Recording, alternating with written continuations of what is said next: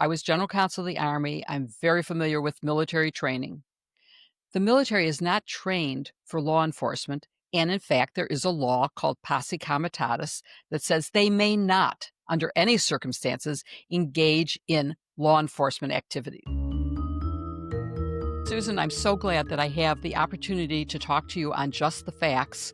And one of the things that, of course, is concerning us hugely is that Chicago, our home, is the next target of Donald Trump sending in the military. We've had strong opposition from our mayor and from our governor, but it looks like sometime in early September, which is just days from now, we are going to be the victims of another police state attempt.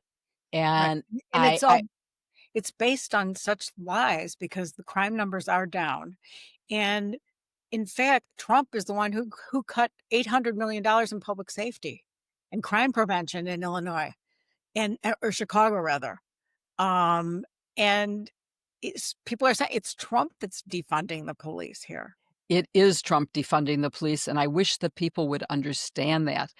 If he really cared about crime, he would be allowing the grants to come to the city to hire police. Military, remember, I was general counsel of the Army. I'm very familiar with military training. The military is not trained for law enforcement, and in fact, there is a law called posse comitatus that says they may not, under any circumstances, engage in law enforcement activities. And so it is completely wrong. And as we've seen in LA and in DC, it's largely for show. They are patrolling areas that are not high crime areas. They're just standing around doing nothing.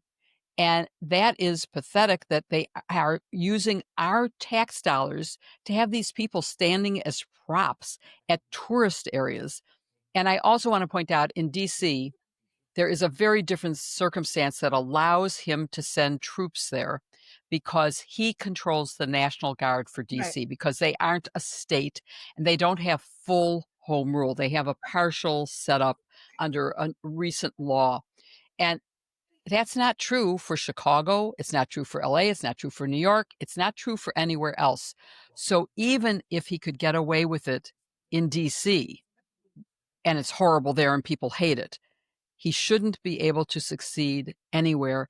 And I had a nightmare dream last night where I felt I was trapped, and I know I was dreaming that it was the police state coming here and that I was trying to dig my way out.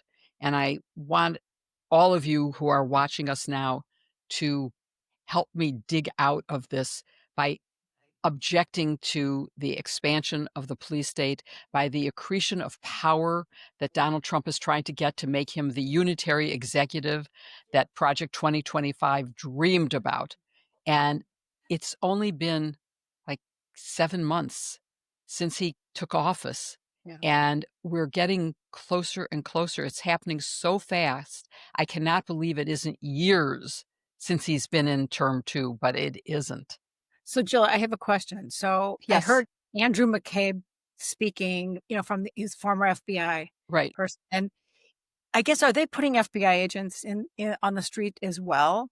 Because he's taught. I heard him last night, I believe, on CNN, possibly saying that there's only 12,000 agents in the whole country, and Yes. that they're very special. The training is very specialized to find terrorism or white collar crime or um, you know but it's not to police. That's not what they're trained for. But if they're taken off of their jobs to do this, then what's happening to counterterrorism and intelligence work, Well, that's exactly the point. elder abuse and trafficking, all that stuff is, that's not going to be taken care of. That is exactly the case. That's a brilliant point, and it is true. The FBI has been patrolling the streets of Washington without any skill set that makes them able to do that in a good way. And it means that they are not doing the job they were hired to do. right. Maybe he's gonna send Secret Service out there too, and then they won't be protecting him, and they'll fail at their job. I mean, this is a bad use of our tax dollars, Right. and I've been trying to convince my friends that we should go into a civil disobedience mode and not pay our federal taxes. And yes, it's illegal. And yes, we would have to be willing to take the consequences, but they are not using money in a way that I approve. And the blue states pay in almost double what they get back. So if we don't pay, they aren't going to be able to afford to do the things they're doing in red states That's because kind of a they good don't idea. have the money. They pay less than they get back. We pay more. Anyway, I don't think anybody's going along with that idea Oh, any but more it's than they yeah, did. My first political activity was trying to abolish zoos because it costs more to feed Sinbad the gorilla at the Lincoln Park Zoo than it did a family of 4 on welfare. And I thought people on welfare should have more money for eating, but yeah, that didn't succeed either. I was unsuccessful in that first yeah. attempt.